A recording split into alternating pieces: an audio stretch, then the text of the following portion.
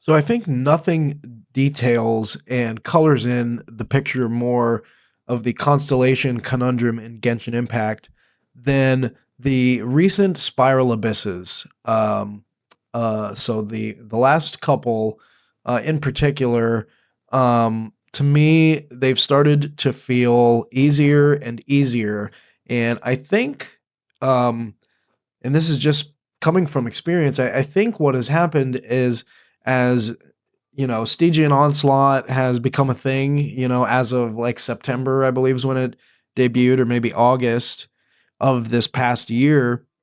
Um, Constellations have become more important and felt, especially for people like me that are skill issue players. Um, they felt more necessary for me to clear Dire. I don't feel that I can clear Dire without having at least a C5 or C6 character in each team.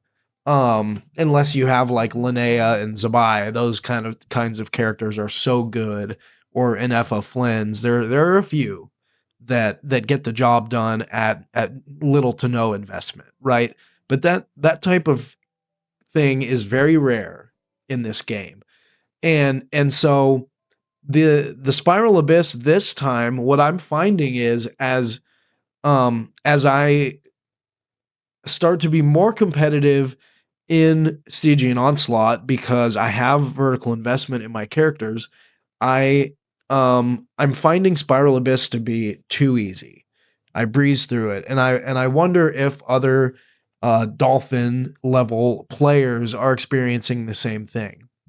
And so we will, I'll show you the Spiral Abyss clear that I just had from a few minutes ago. Um, and it was quite easy. It took me, 10 minutes, 15 minutes. And it's been easy for quite a while, even without this level of investment. But now it's almost like, damn, you know, it does make you feel like it's just overkill, like you're overcapping on constellations, right? So, um, I'll show you the teams that we use. So we used or and you'll see the full clear, but I figure I'd just show you the character builds before we go into that, and I'll make my larger point here. Um so we had Varka, the Varka team who I use on floor 11 and 12 first half. And my Varka is C1 R1, and his talents not even all that sexy, right? 286. So it could be better there. Um and then next on that team we had, where the fuck is he? Kazuha, who is using Wolf Fang and VV, and he is C1. And he's only level 80 actually. Bennett, um and he is using Skyward Blade, and he is C6, and his talents need a lot of work too. So this team was sort of, I mean, not now. Durin kind of carries the team, right? Because Durin is C4 R1, so Durin carries the team for sure. Durin has his skill and burst maxed out. Well, his burst could go up 3 more levels actually.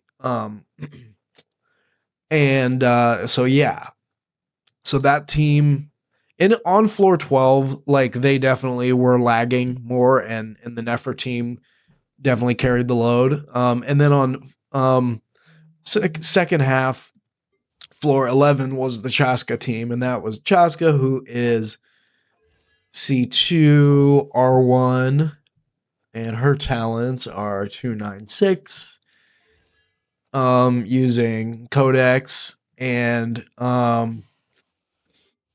Farina with the key, which is I typically throw that on her for lunar teams, but still gets the job done. And she's C1, 610-9, and Jalonin is C0 R1, and talent 610-8.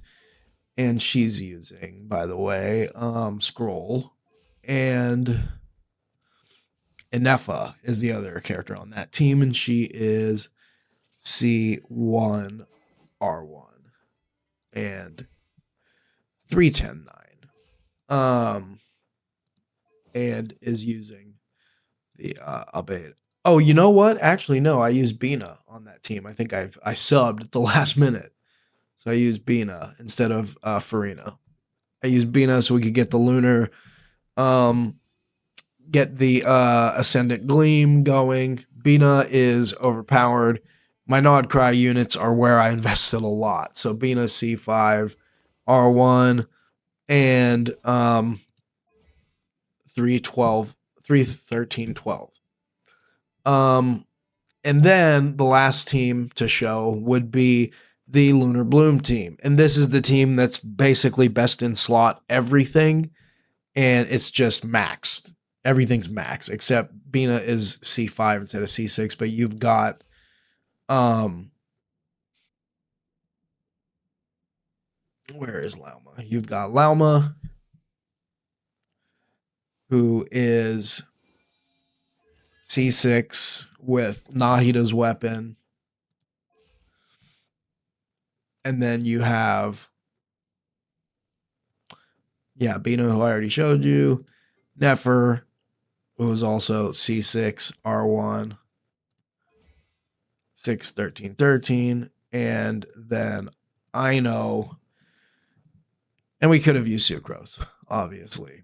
Sucrose probably going to do a little bit more than Ino, but Ino gives us that nice additional hydro application. Not that you really need it, but a C6 Ino ain't nothing to scoff at either. So, yeah, I think the point that or the question that I would pose to Dolphins out there is C6 worth it in this game? Is the trade-off worth it of being able to consistently, meaning every patch, clear Dire or have a chance to clear Dire on Stygian Onslaught? Is it worth the investment for basically that purpose and that purpose alone? And aside from just flexing, a lot of people just like to C6 their favorite characters, and only free to play jealous people hate on people who do that. Everyone plays the game their own way, and I think that y'all should be grateful for the folks who do support this game, so that they can continue to provide you with fun and engaging content. I think it's ludicrous to shame people for it. But anyway, I could go on about that forever just because I see so much of it in toxic Reddit groups that I unfortunately am a part of. But yeah, is it worth it to basically make Spiral Abyss like almost too easy for you? As you'll see in a second here, my sloppy playthrough only took about 10, 15 minutes and I was through it. And it was quite easy. And obviously this the blessing or the buff in this abyss was meant for Nicole, but I don't think anyone's waiting around to use Nicole. We want our rewards now, right? So let's go ahead and roll the tape. But before we do, please remember to like this video, subscribe to the channel. It really helps me out. I appreciate y'all who have hung around and supported my small channel. You can go check out my Wuthering Waves character build guides. I've got a Denny video coming up. We're really excited about her dropping. And more Genshin content to come. If this is your game of choice, we do giveaways on this channel, lots of stuff to keep you guys coming back. So I just ask that you allow me to earn your viewership. I feel that I do have some interesting insight and stuff that hopefully would be useful to you. So please do allow me to earn your support. Thank you all so much. Let's roll the tape. You know what though? Columbina would be really fun. Then we'd get the the lunar buff. Then Chaska would just be fucking everybody up. Some of streamers say they will skip everything until they got to God. What is that called? Again, oh, the heavenly principles. Yeah, the four heavenly principles is what it's called. So there's the archons who are kind of seen as gods, but then there's like above the archons are the heavenly principles.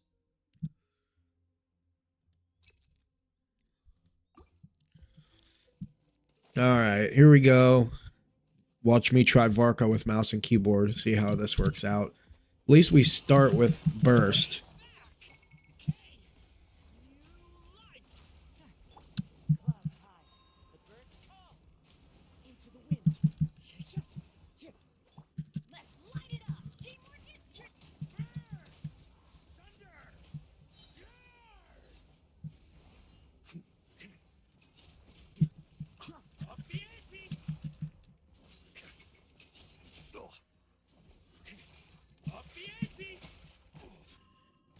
That's gonna leave a scar. Oh my god.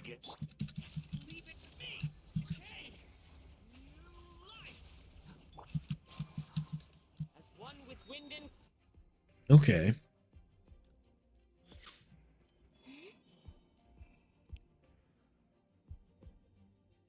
All right.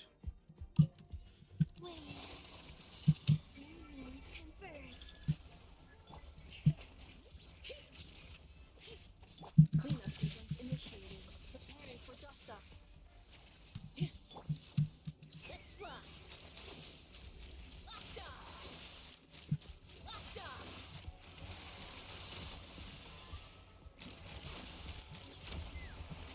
Hold on to your hats. Surge. A new moon rises.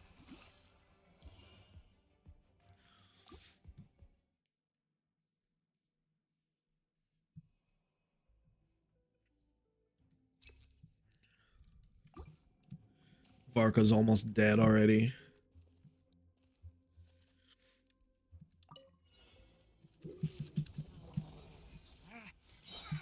Turning point in fate. One with nature. Everybody stand back.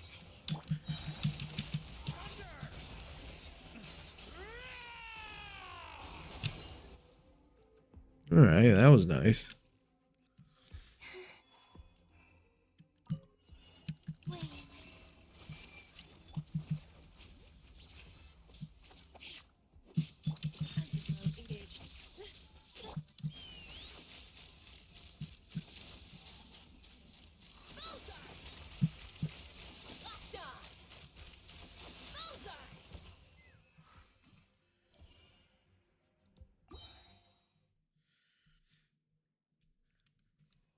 Character crit rate. Yeah. Okay.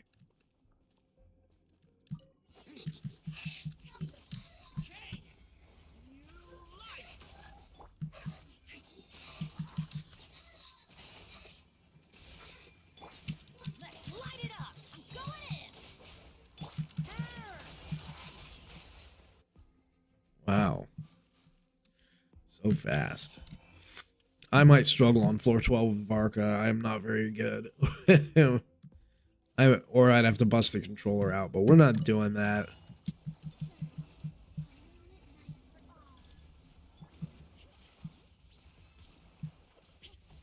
Installation chamber deployed. Annihilation mode.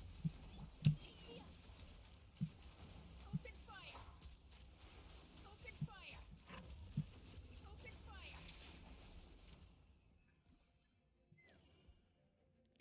Lunar Chaska is pretty sweet. First half, all party members gain 75% pyro damage bonus. Second half, Lunar Bloom. Okay. Well, I want to be able to use Chaska, but we'll just do Lunar Bloom.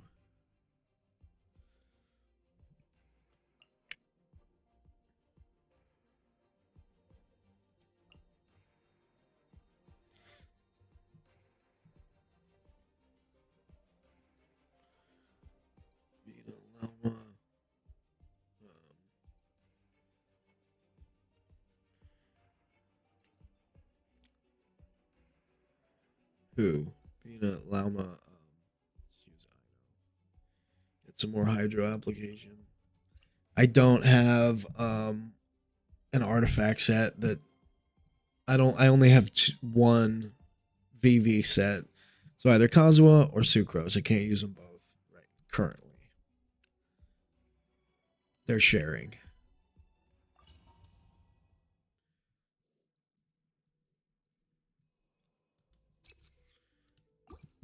That's helpful. Story has only just begun. Fallen leaves adorn my night. Everybody stand back!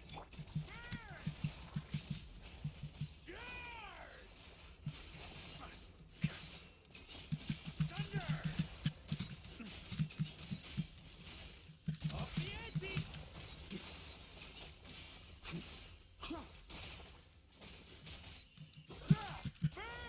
Damn it, no. Turning point in fate!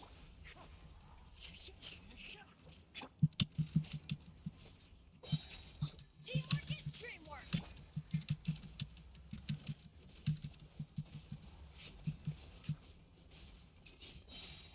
Thunder! Maria sweeping in!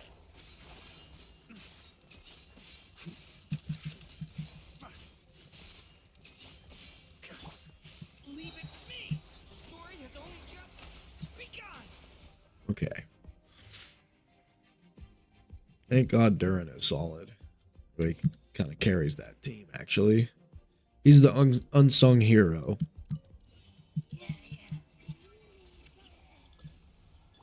You poor lost lamb. With one heart, we pray. The rainbow!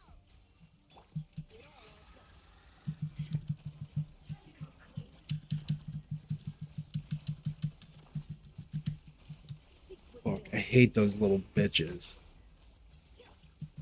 Surge. Leave this place. For the everlasting forest. Can't hide the truth. It'll fall to the truth. Okay.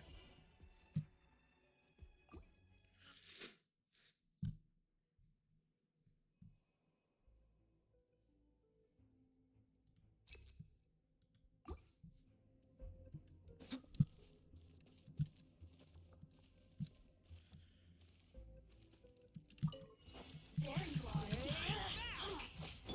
Wind strike! Damn it. As one with wind and cloud!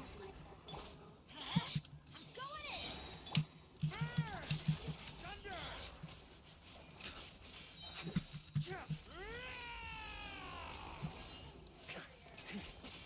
Up the ante! Up the ante! Watch out! A turning point in fate!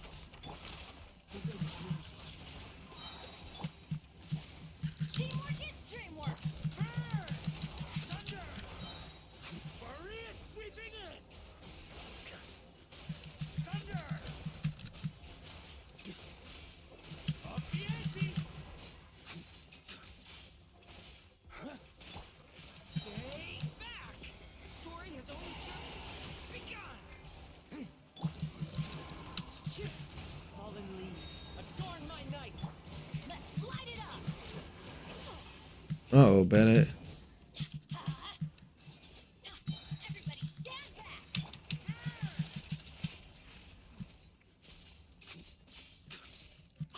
Thunder!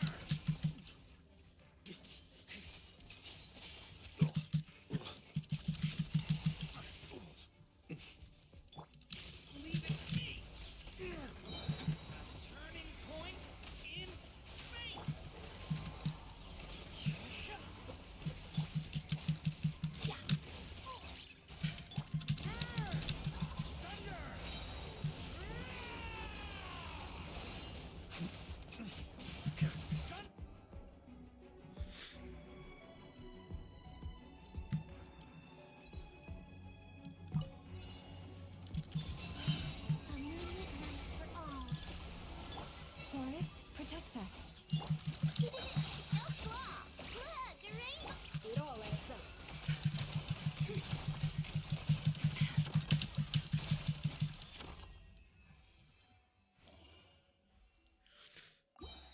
Damn. Okay.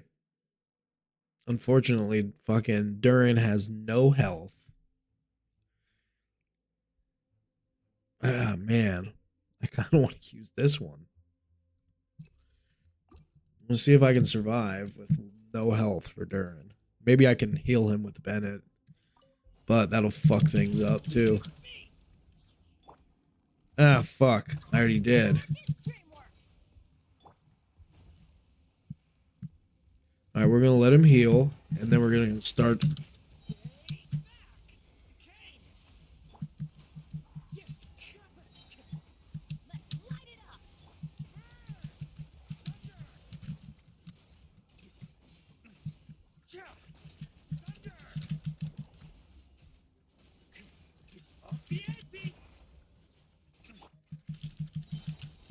Turning point in space. Fuck. The birds call.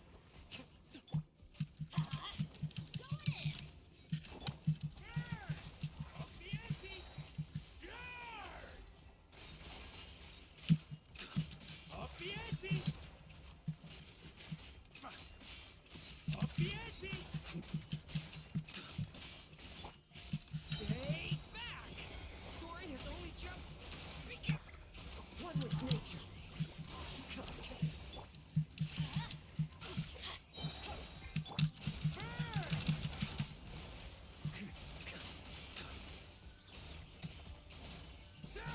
Up the ante.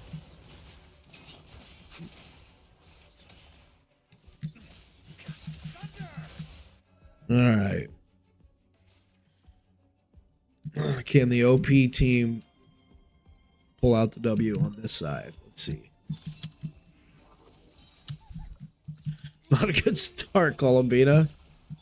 Leave this place. With one heart, we pray.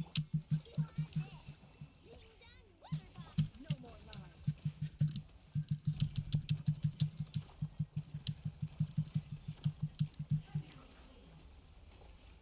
The deception ends here. It all adds up.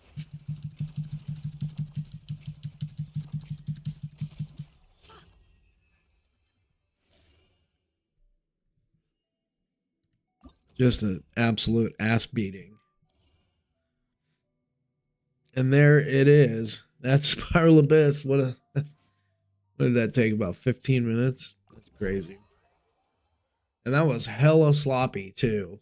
So I think that what we're finding is, as maybe it's just my perspective, that as I've played the game longer, investing characters, get better at it. I mean, it helps that you have, like, I have the selection of units to be able to best in slot both sides, basically.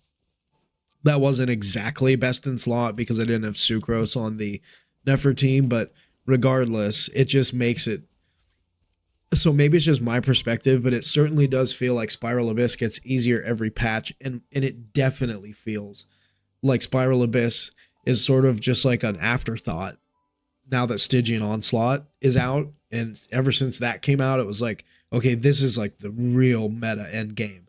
Spiral Abyss is basically like a fucking beginner's end game mode. And it kind of is, honestly. Because, you know, for me, not being day one player, or even close to it, when Stygian Onslaught was first released, I didn't have 3 good teams. I could get all the Primogem rewards, but I could not clear Fearless because I did not have 3 solid teams. Now I can clear it every patch easily. So, but Spiral Abyss is something that first of all, you only need 2 teams, and they don't even have to be the top meta teams. They don't need to be the most effective team available. Which is what meta actually stands for, which is a lot of people don't know that. I didn't know that for a long time. Most effective team available. I thought it was like Ron Artest, Meta World Peace, right? Moment of Scissor G.